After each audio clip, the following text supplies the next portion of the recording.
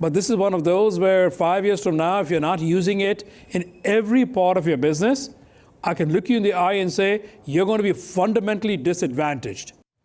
That was Arvind Krishna, the CEO and chairman of IBM, speaking at Yahoo Finance's Invest conference yesterday. You're watching Morning Brief, brought to you by Invesco. Let's discuss a little bit more about the latest on AI and where IBM sits among the larger tech giants. For that, I want to bring in Gil Luria. He's D.A. Davidson's managing director. Gil, it's great to have you here on Yahoo Finance. Let's talk about some of the commentary that we got from Arvind yesterday. He obviously was very optimistic just about where IBM sits among its peers, just in terms of their initiatives and the growth opportunity that lies ahead for AI. I'm curious what you make of IBM's AI book and how optimistic you are about that future growth opportunity. Well, they have one of the most valuable businesses in AI right now, which is a consulting business that helps companies figure out what they're going to do with AI. Unfortunately for them, it's a relatively small part of the business. The overall business depends on a lot of other services and hardware and business process outsourcing, so it may not drive very rapid growth for the overall company. But that consulting business is doing phenomenally well right now because so many companies want to know what to do with AI. And so is it clear how much of a baseline these companies have created that is going to be able to be looked at by investors and clearly able to identify what's recurring revenue and what's just one-off experimental, hey, our consultants advise that we dip our toe in, and so here's an introductory spend, and then we'll revisit and come back to the table later on once we figure out what we really need within this?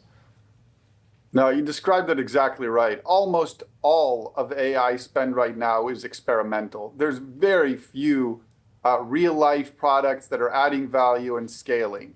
And that's not too surprising.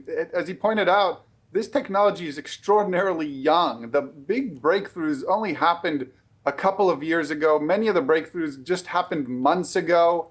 And so it takes a lot of time to refine this type of technology and to move it from being a breakthrough in science to being a productive enterprise software product that we can all use and create efficiencies and drive new revenue. So we are in very early stages, and it's going to take time to mature. Until then, almost all the activity is experimentation.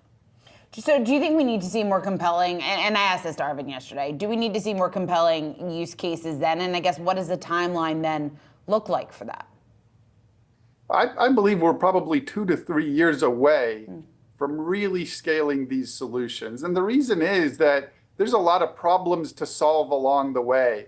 Most companies don't have their data in one place, in a Snowflake database or a Databricks data warehouse, data lake, which is a necessary condition. Most companies don't have a governance structure to make sure that their information doesn't leak, that they don't sacrifice their customers' privacy.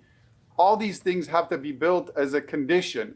In the meantime, this AI technology still has to be refined. Let's not forget that just because we're okay with ChatGPT giving us a wrong answer 1 out of every 5 times, that's not the case for enterprise software.